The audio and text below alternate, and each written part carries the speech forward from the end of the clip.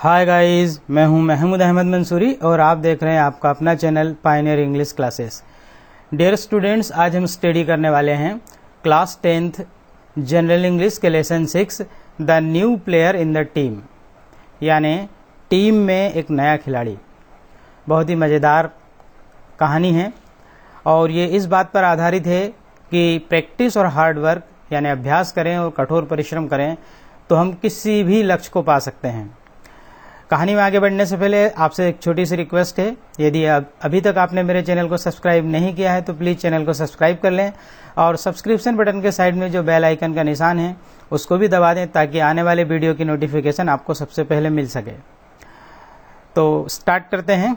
Let's start Hindi summary of the lesson the new player in the team. पाठ शुरू होता है। ममता, मैं चाहता हूं कि तुम आज से अपने खेल का बहुत ही गंभीरतापूर्वक अभ्यास शुरू कर दो, क्योंकि मैं तुम्हें बास्केटबॉल की टीम में शामिल कर रहा हूं। बास्केटबॉल के प्रशिक्षक के इन शब्दों ने सभी को आश्चर्य में डाल दिया।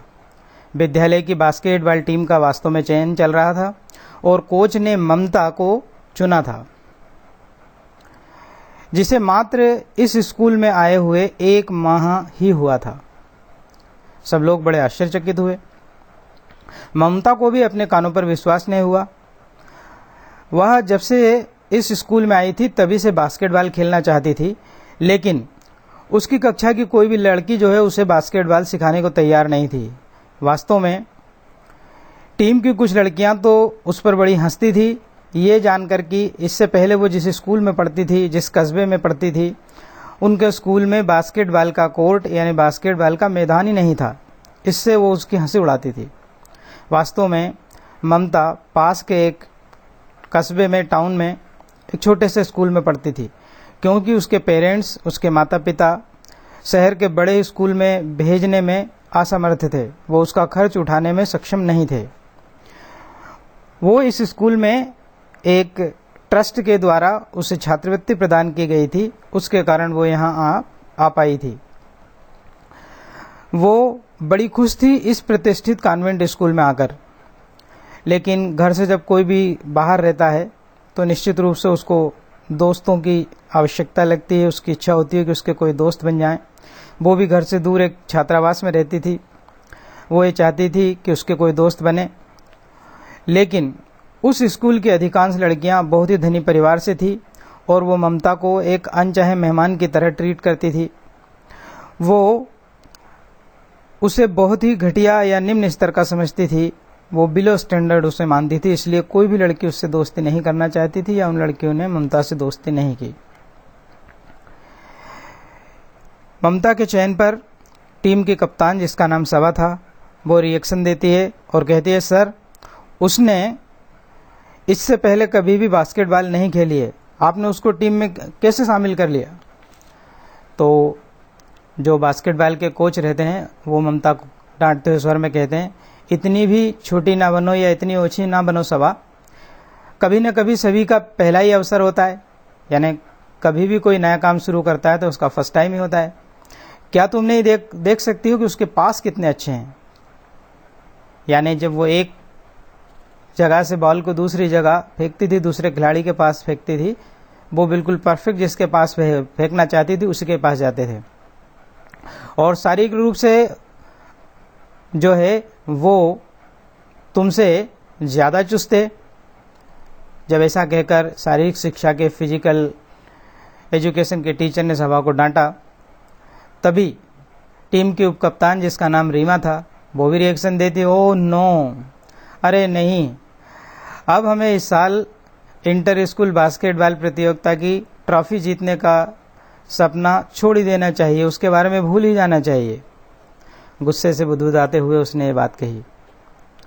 उसके दल की, उसकी टीम की अन्य लड़कियों ने भी मुंह बना करके तरह तरह के मुंह बनाए और अपनी अप्रसन्नता जाहिर की, लेकिन वो लड़कियां ये नहीं जानती थी कि यदि ममता किसी बात को मन में ठान लेती है और यदि ममता को कोई ये कह देता है कि वो किसी कार्य को नहीं कर सकती, तो बस वो उसे एक चुनौती के रूप में, एक चैलेंज के रूप में स्वीकार करती है और तब तक वो कोई आराम नहीं करती जब तक उन लोगों को गलत साबित ना कर दे, अपनी चुनौती को पूरा ना कर दे। कोच ने रीमा की बात सुन ली और कहा, रीमा, क्या तुम एक बार भी ट्रॉफी जीत पाए हो? जब से तुमने खेलना शुरू किया है एक बार भी क्या तुमने ट्रॉफी जीती है? शायद हो सकता है इस बार तुम ममता के भाग्य के कारण ही, ममता के कारण ही ट्रॉफी जीत जाओ। ये टिप्पणी जो है ममता के दिल को छू जाती है। उसने मन ही मन कोच को बहुत धन्यवाद दिया कि कोच ने उनका समर्थन किया है, और अपने मन में तय कर लिया कि वो इस खेल में इतना अच्छा खिलाड़ी बनेगी कि टीम उसके बिना अधूरा सा महसूस करने लगेगी। उसने अपनी माँ के उन शब्दों को याद किया। उसकी माँ अक्सर उससे कहा करती थी, practice makes a man perfect, यानी अभ्यास मानव को दक्ष बनाता है, कुशल बनाता है। बस उसने उन शब्दों को बार बार दोहराया जो उसकी माँ अक्सर उसके सामने दोहराया करती थी। अब उसने अपने सारे खाली समय को जो है बास्केटबॉल सीखने में और उसके अभ्यास करने में लगा दिया। वह कोच की बहुत आभारी थी क्योंकि कोच उसे हर समय सहायता करते थे। वह अपने पास और अपनी टेक्निक पर विशेष रूप से ध्यान देने लगी और दृढ़ निश्चय के साथ वो आगे बढ़ती रही। यहाँ तक कि टीम के साथ ही उसका उपहास उड़ाते थे, उसके पर टांट कसते थे, लेकिन फिर भी वो अपने दृढ़ निश्चय से नहीं हटी।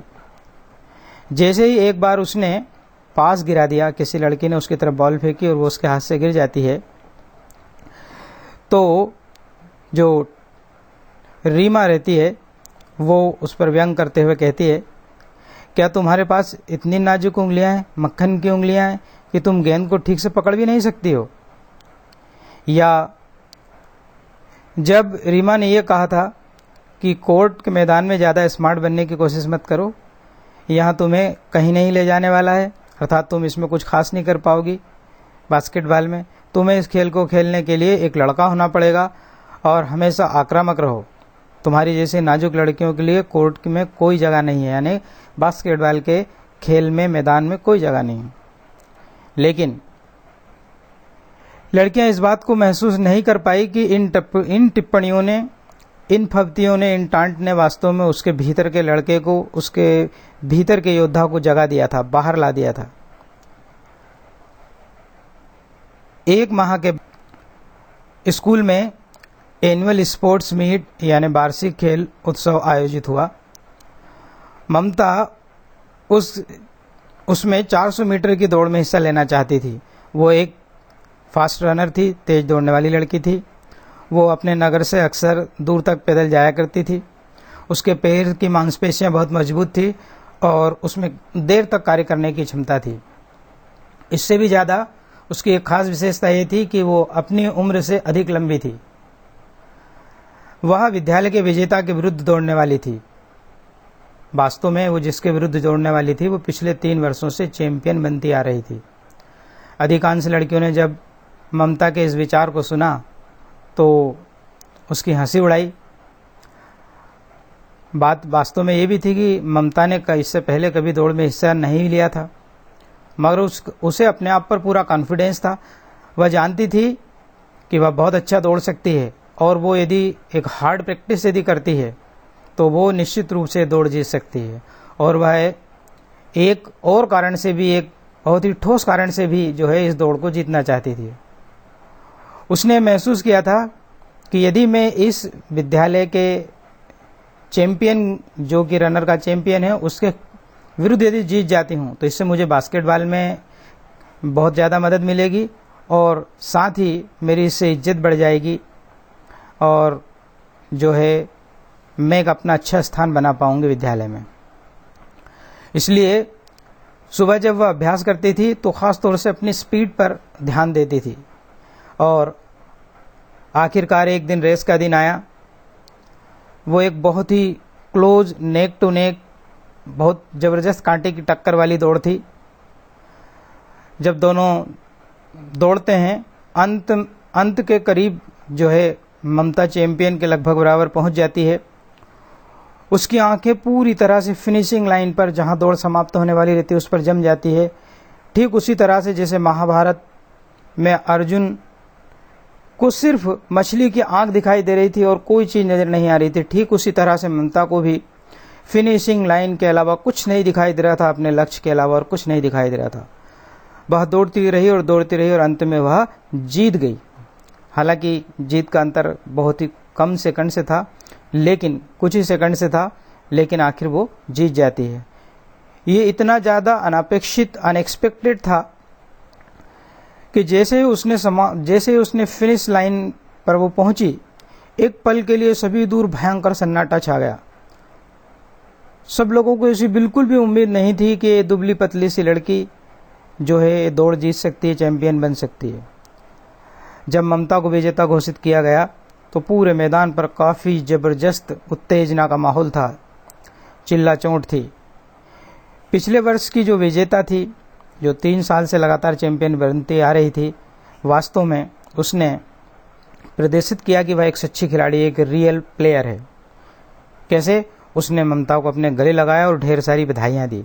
एक अच्छे खिलाड़ी की विशेषता है कि वो अपने साथी खिलाड़ी से जीतने पर ईर्ष्या नहीं करता है, बल्कि खुशी से उसको गले लगाता है। तो वो पिछले साल की जो चैंपियन थी, उसने ममता को गले लगकर बधाई दी। और जैसे ही ममता ने पुरस्कार ग्रहण किया, उसके लिए सभी लोगों ने खड़े होकर तालियां बजाई, स्टैंडिंग ओवेशन उसको दिया। ममता को मैदान पर एक मशहूर हस्ती बनने में कुछ ही पल का समय लगा। कुछ ही पलों में ममता जो है एक आइकॉन बन गई थी, एक फेमस हस्ती बन गई थी। इस रेस ने विद्यालय में ममता की छवि को एकदम बदल के रख दिया था। इससे पहले जो उससे कोई दोस्ती नहीं करना चाहता था, बात नहीं करना चाहता था, अब वह बहुत लोकप्रिय हो गई और उसके टीम के साथी भी अब उसके प्रति बहुत ही उदार हो गए थे, उनकी शत्रुता कम हो गई थी। इसने उसके आत्मविश्वास को बहुत ज़्यादा बढ़ा दिया था। ममता के आत्मविश्वास जो है बहुत ज़्यादा बढ़ गया था। अब ममता मैच में महत्वपूर्ण भूमिका अदा करना चाहती थी और किसी भी तरह से वो इस साल अपने विद्यालय को इंटर स्कूल ट्रॉफी जीत दिलवाना चाहती थी। वह बहुत ज़्यादा हार्ड प्रैक्टिस करती रही। उसके पास एकदम एक्सीलेंट होते चले गए, अर्थात वो जहाँ कहीं से भी कोर्ट से, मैदान से उठाकर बॉल को बास्केट की तरफ फेंकती, सीधे बॉल जाकर के बास्केट के अंदर गिर जाती थी। और साथ ही उसके अटैक और उसके डिफेंस यानी उसके आक्रमण और रक्षण में भी ज़बरदस्त सुधार हुआ। और एक फास्ट रन होने के कारण, तेज धावक होने के कारण वह अपने अपोजिट जो भी होता था उसको आसानी से चकमा देती थी। कभी कभी तो ऐसा लगता था मैदान पर जैसे वह गेंद लेकर के उड़ रही हो। इससे पहले कि कोई उसे पकड़ पाए, वह सीधे बास्केट तक पहुंच जाती थी और उसके शॉट ज़्यादातर बिल्कुल सटीक होते थे, कभी नहीं मिस होते थे। आखिरकार इंटर स्कूल बास्केटबॉल स्पर्धा का प्रारंभ होता है, जिसका बहुत दिनों से इंतजार था। अंतर शालेय बास्केटबॉल स्पर्धा शुरू हुई। इस प्रतियोगिता में, इस कंपटीशन में कुल मिलाकर लगभग 10 टीमों ने भाग लिया था। ममता की टीम आज तक कभी भी सेमीफाइनल तक भी नहीं पहुंची थी, परंतु वो इस वर्ष लड़कियों के अंदर, उनकी टीम के अंदर जो है ज़बरदस्त जीत की इच्छा थी। वो किसी भी तरह से इस बार बास्केटबॉल ट्रॉफी जीतना चाहती थी और उनका प्रदर्शन बहुत अच्छा रहा। उनकी टीम फाइनल तक पहुंच गई। टीम के फाइनल पहुंचने में ममता की बहुत ज़्यादा महत्वपूर्ण भूमिका रही।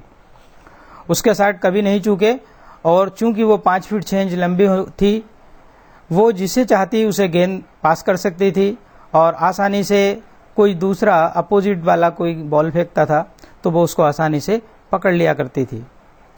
हर मैच जीतने के साथ उसकी जो है पहले से ज़्यादा इज्जत जो है उसके साथी खिलाड़ी करने लगे। उसके बिना उनका फाइनल में पहुंचना बिल्कुल मुश्किल होता। फाइनल में उनका सामना शहर के चैंपियन से था, यानी ये जो बास्केटबॉल का फाइनल होने वाला था वो फाइनल में पहुंचते जरूर है, लेकिन वो पिछले बार जो चैंपियन थे शहर के, उनसे उनका सामना होता है। खेल दोनों दलों को इसमें जो है ज़बरदस्त कांटे की टक्कर होती है और खेल जो है बराबर अंकों पर समाप्त होता है, टाई जैसा हो जाता है। फिर दोनों टीम को 3 फ्री शॉट दिए जाते हैं। सबसे पहले विपक्षी टीम जो अपोजिट टीम रहती है उसको मौका दिया जाता है 3 शॉट फ्री शॉट खेलने का, लेकिन वो केवल एक ही अंक बना पाई, यानी 3 शॉट में से केवल एक ही उनकी बास्केट हो पाई, बास्केट में उनकी बॉल जा पाई।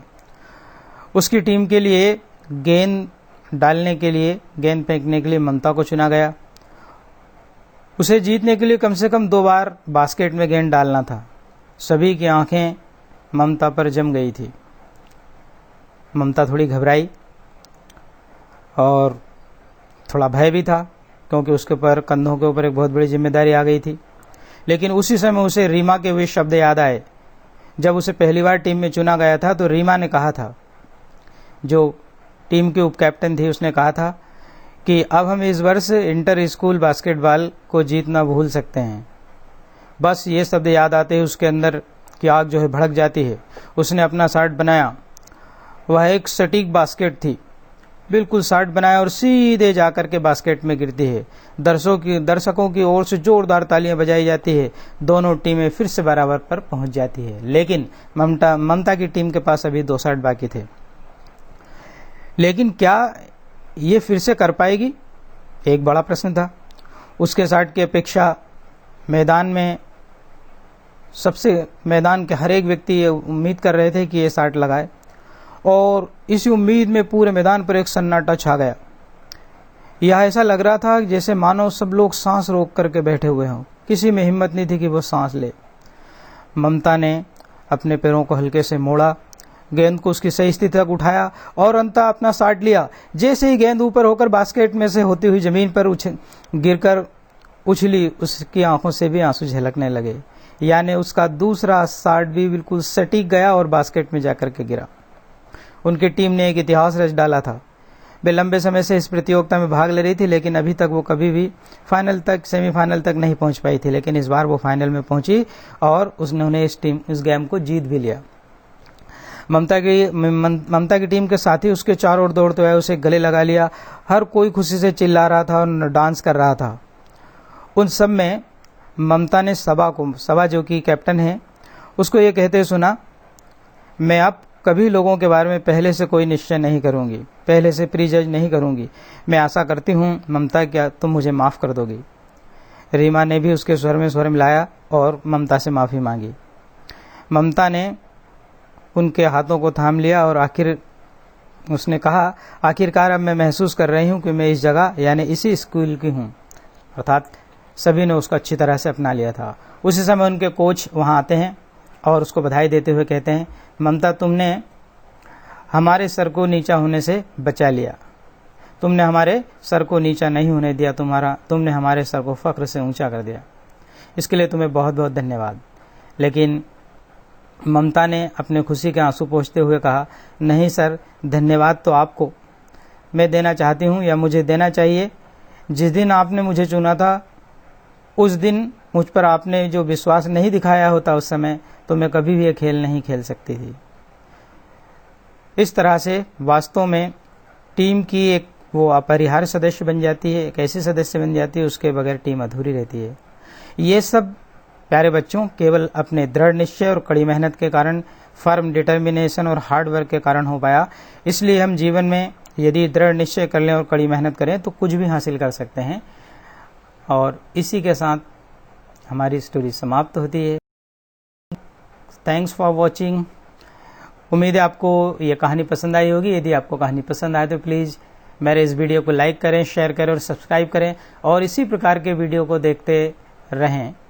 मिलते हैं फिर नए वीडियो में, तब तक के लिए बाय। जय हिंद, जय भारत।